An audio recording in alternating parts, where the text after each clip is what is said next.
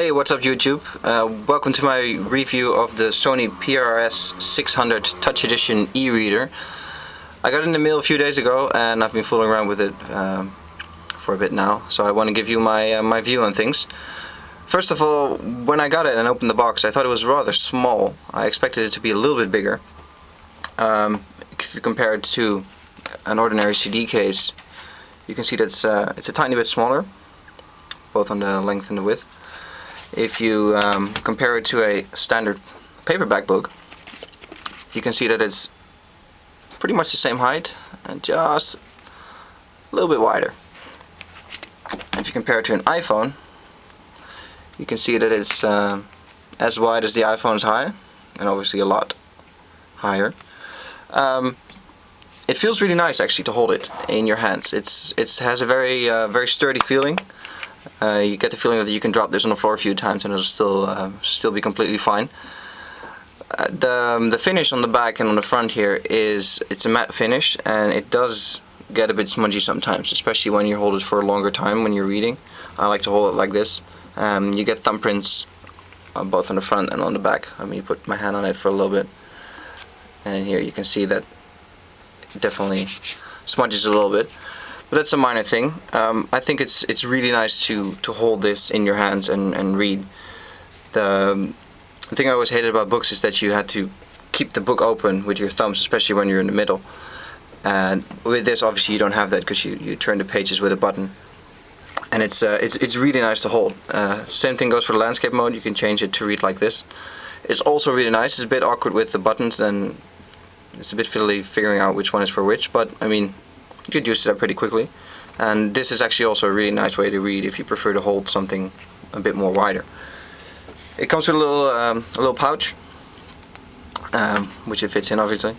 So there's, in my opinion, no need for one of those fancy leather 40 euros and more binders. This is perfectly fine to protect the screen when it's in your bag. I only use this. It's very yeah, it's nice and soft, works fine, because obviously you're not going to bump into anything when you're actually using the device. So there's, in my opinion, no point at all to have one of those leather binders. But obviously, if you prefer that and you have 50 euros laying around, then sure, spend your money on that. It also comes with a little cable, obviously, to connect it to your computer. I'm not going to go over all the hardware and software and everything on the in and outside, because it's just boring stuff you can look up yourself. I've been using this device for a few days now, and I think it's absolutely fantastic to read on. I spend most of my day behind a computer screen, and this is so much nicer for your eyes. It's peaceful, it's quiet on your eyes, there's no stress on your eyes at all because there's no backlight. The e-ink screen really works well to just read on. It's not that great for pictures, obviously, because it's made for text, and if you can load pictures on it fine, absolutely fine, but the screen will flicker around a little bit before it settles and shows you the picture well. So as long as you're just reading text, it's absolutely fine to me. The thing I like the most about it is I used to haul around huge amounts of paper in PDF documents that were printed or Word documents that I have to go over, and every day that would just clog up my bag, make it feel heavy. I could never find anything. I could put everything on this now. It's just drag and drop with the software that comes pre-installed on it. As soon as you plug it into your computer, it works pretty much like iTunes. It's only drag and drop, and it's on here. And it doesn't add any weight, obviously. And it's so nice to have just this in your bag and have all your documents here, everything that you have to read. If you want to make annotations or highlight things, the software works with that as well.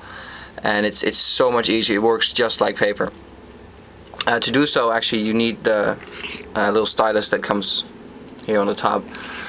Other than annotations or highlighting, you don't need stylus at all, because the menu, I'll show it to you actually.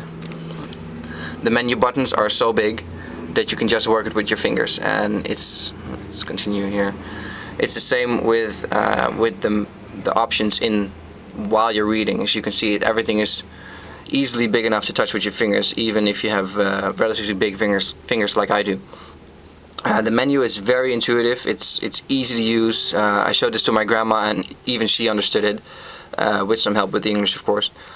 But it's very nice, and as you can see, like I said before, the screen is really easy on your eyes. There's no backlight, there's no stress on your eyes at all. A downside of the screen, I don't care what they say about that, there's no glare and you can read it everywhere where you can read a book. Let me just turn it a little bit here. As you can see, well, that's just not true. The glare is, even my camera has to adjust from it. When there's a direct light source on the screen, there is a significant amount of glare. If I just turn on an overhead light here, as you can see, it gets even worse. And a book obviously doesn't have this because the paper of a book absorbs the light, and the screen simply doesn't do that. So there's glare. It's an issue, I have to say, as sometimes when you're reading here, there's just too much glare to read at all and it actually blinds you. But it's very easy to overcome just by tilting the screen in a little bit of a different angle. So minor thing, you won't have any trouble with that actually. Just tilting the screen will do fine, and you can always find a bit of a different position. So that's, in my opinion, is hardly a problem at all.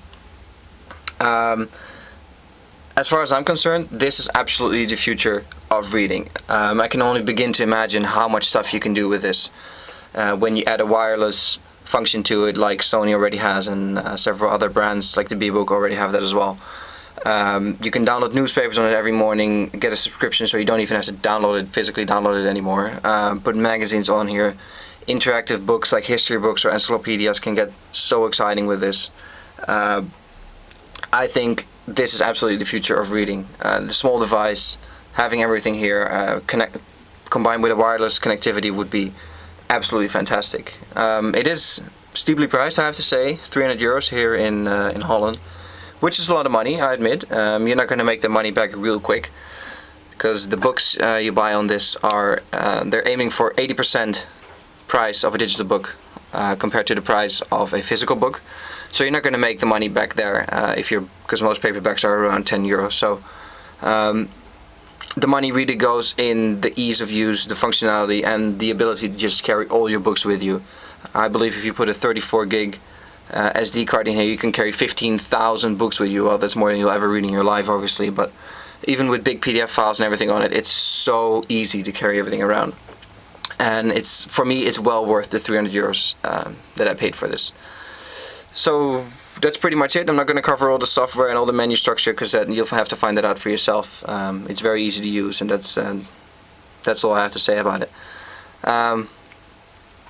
Yeah, that's all I have to say.